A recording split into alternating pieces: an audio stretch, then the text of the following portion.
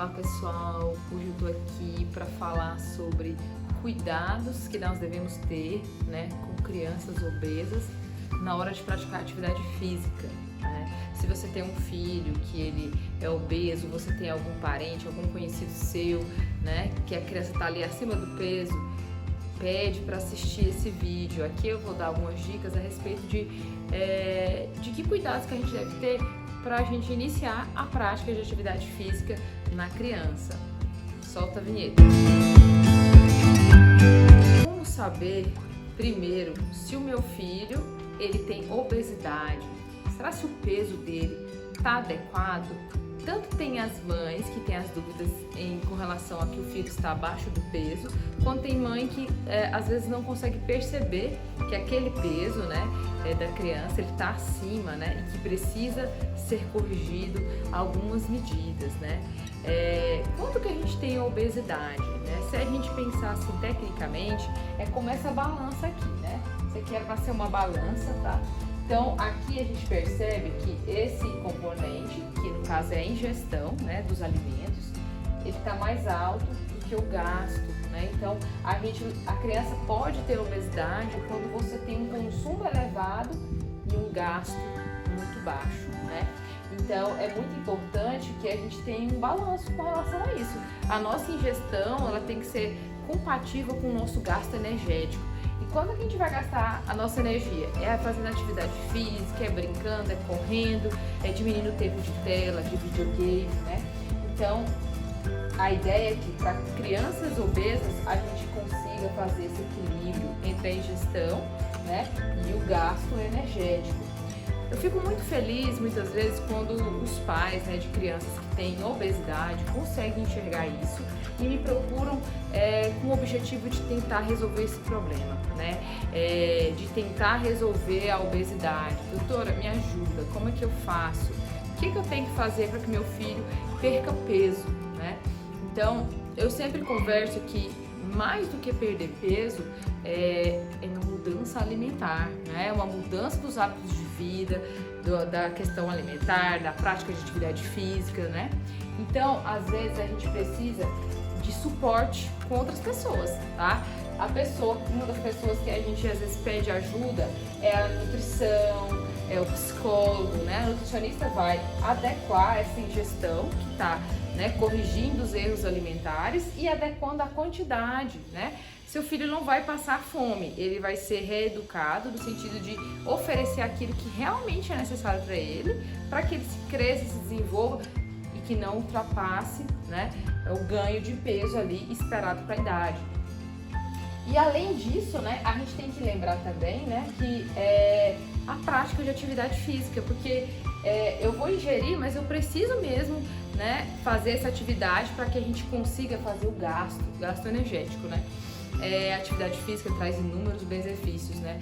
Então, além da perda de peso, então o enfoque com a criança não é a perda de peso, meu filho, você vai ficar mais disposto, você vai ter mais saúde, né? A perca de peso vai ser uma consequência, certo? E aí, aqui eu coloquei como saber se a criança tem obesidade. E na carteira de vacina a gente tem, né, gráficos de crescimento que eu sempre peço para os pais. Os pais, às vezes, quando eu peço a carteira, eles falam: doutora, as vacinas estão em dia. E eu falo: graças a Deus, mas não é isso que eu quero olhar. Eu quero olhar o gráfico de crescimento. Essa carteira aqui é uma carteira de meninos, né? É a carteira da sociedade do Ministério da Saúde, né? E aí a gente tem, né, nas páginas que mostram esses gráficos, né? Tem vários gráficos, né? E esses gráficos registram para nós dados relacionados ao peso, à estatura, e existe um gráfico de normalidade, né? E aqui, de acordo com a correspondência, a gente vai dizer se a criança apresenta um peso elevado para a idade ou um peso adequado. Então, nós nos baseamos com relação a isso, né, para categorizar as crianças como obesas, né? Então, além disso, a gente mede circunferência, né, da barriga da criança para a gente fechar o diagnóstico de obesidade, né? O diagnóstico ele é clínico, né? A gente pede alguns exames para orientação e ver se existe algum comprometimento de algum órgão por conta da obesidade. Então, falando um pouco a respeito dessa questão de cuidados, né, que a gente deve ter com crianças obesas para realizar a prática de atividade física, eu desenhei essa criancinha aqui, né, que ficou muito parecida com as crianças que eu atendo, porque as crianças que eu atendo são todas muito bonitas.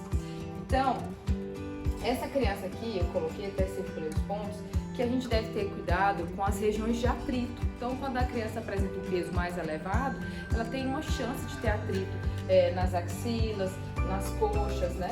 Então, é necessário, né, que a gente passe pomada à base de água para que você não faça, né, bolhas ou fissuras por conta desse atrito, né, devido ao peso, né, que pode estar nessas principais áreas, axilas, a região das coxas, né, a região da barriga também, tá? Então, passar sempre uma pasta d'água, né, ou óleo, para que você não tenha atrito com essas regiões. Outra coisa, falando de vestimenta e calçados. As vestimentas, né?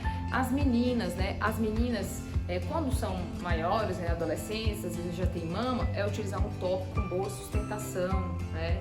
Assim como as bermudas das meninas devem ter cintura alta, né? Para que a gente possa comprimir bem o abdômen da criança, né? Pensando nos meninos, de preferência usar camisetas, evitar as regatas, né, que as regatas elas também fazem atrito com a área que está descoberta, né? Se for fazer atividade ao ar livre, usar camisetas que protejam, usar protetor solar, usar boné, né? E qual é o calçado, né? Calçado para as crianças deve ser um calçado que tem um amortecimento, né? Que esse calçado seja do tamanho adequado para evitar atrito do pé, né, com o calçado, assim como evitar a formação de bolhas, né? E outra coisa do tênis também em relação à meia, né? A meia, na hora de escolher uma que tenha uma proporção maior de poliamida e menor de algodão, porque isso ajuda a diminuir a produção de umidade no pé, né? E essa umidade no pé, né, molha a meia e acaba aumentando o atrito com o tênis. Então, meia com maior teor de poliamida, usar um tênis confortável que seja adequado, do tamanho certo, tênis que tenha um sistema de amortecimento. Para crianças mais gordinhas, aqueles tênis que não tem cadastro são melhores, porque fica mais fácil para a criança calçar, né? Não dificulta tanto essa questão de amarrar, né? E para as meninas usar os tops, né, quando tem seios, e bermudas que comprimem bem o abdômen, né? E antes do treino, como que essa criança tem que fazer a refeição? A gente orienta a criança a não ir realizar atividade física em jejum, né? E também não deve ser feita nenhuma alimentação em grande quantidade na hora de fazer a atividade física. Então, essas são as orientações gerais com relação às roupas, né? E a questão do calçado. Mas o mais importante é que a gente inicie essa prática de atividade física para que a gente consiga vencer esse problema.